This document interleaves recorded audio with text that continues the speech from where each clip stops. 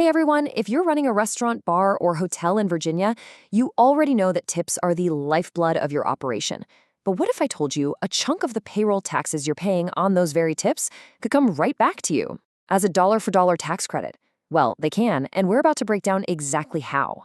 So let's just start with a really direct question for every hospitality owner in the Commonwealth. Is it possible you're overpaying on your payroll taxes and you don't even know it? For a whole lot of businesses, the answer is a big yes. And the solution, believe it or not, is kind of hiding in plain sight. It all boils down to this one number, 7.65%. That's the FICA tax rate, Social Security and Medicare, that you, the employer, have to pay on every single dollar of reported tips your team earns. That adds up fast, right? But that cost is also the key that unlocks a really powerful tax credit. So here's our game plan for this explainer. We're going to uncover this hidden credit, get into the basics of how it works, and then see why it's such a huge deal for businesses in Virginia specifically. We'll also talk about the common mistakes to avoid, show you how to actually calculate and claim it, and then take a quick peek at what's coming down the pike for tips taxation. All right, let's start by pulling back the curtain. We're talking about a federal tax tool that can literally turn one of your biggest tax headaches into a serious refund for your business. It's officially called the FICA Tip Credit. And listen, the most important word there is credit. This is not a deduction, which just kind of lowers your taxable income a little bit. Nope, this is a dollar for dollar credit. It wipes out your final tax bill directly, basically giving you a refund for the FICA taxes you've already paid on certain tips. So how does it all work? What's the catch? Let's get into the nitty-gritty. Okay, the rules are actually pretty straightforward. You got to be in the food and beverage game. You obviously have to have paid your share of FICA taxes on all the tips, and you claim it on your annual tax return. But that third point on the screen, that's the one that changes everything. The credit only applies to tips that go above and beyond a very specific wage baseline.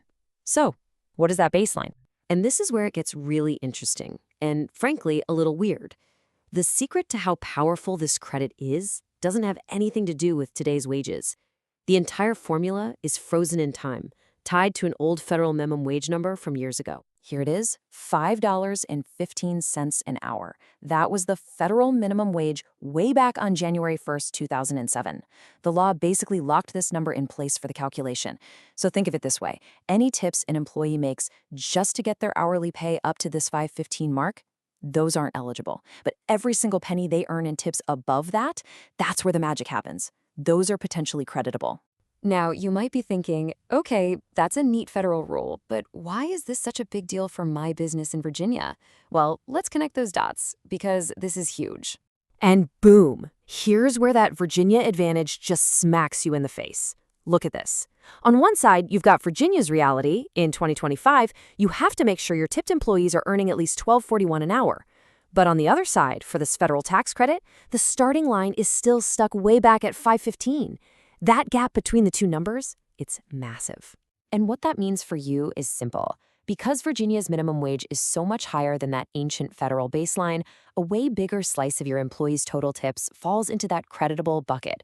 It means Virginia businesses can claim a much, much larger credit than a similar business in a state with a lower minimum wage.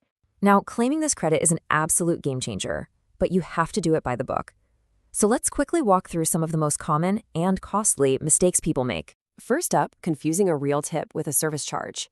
A tip is voluntary. The customer decides how much to leave. But that automatic 20% gratuity you add for a large party, that's a mandatory service charge. The IRS sees that as a regular wage, not a tip. You still pay FICA on it, but you get zero FICA tip credit back. It's a huge distinction. Tip pooling. Super common, but the rules are super strict.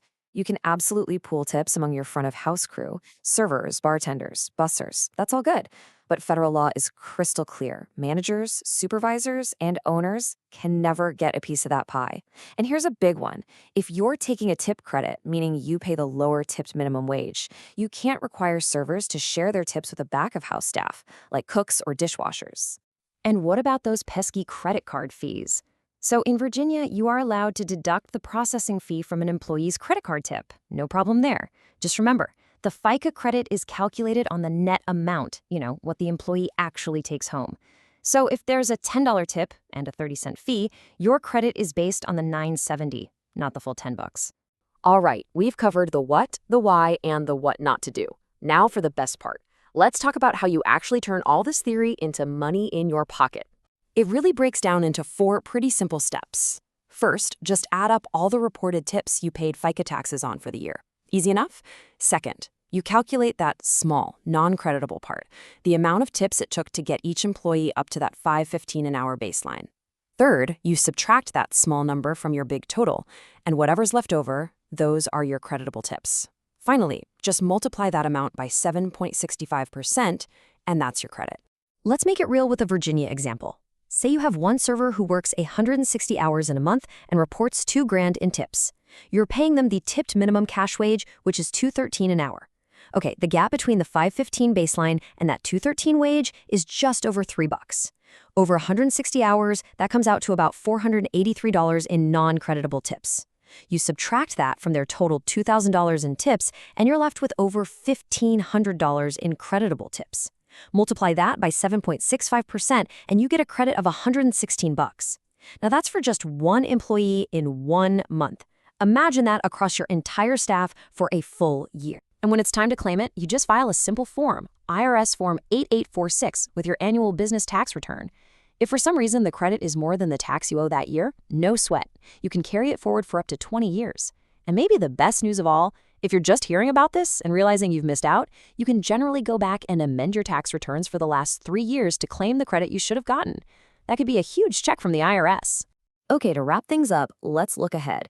You know the world of taxes never stands still, and there are some big ideas being floated out there that every Virginia business owner should have on their radar.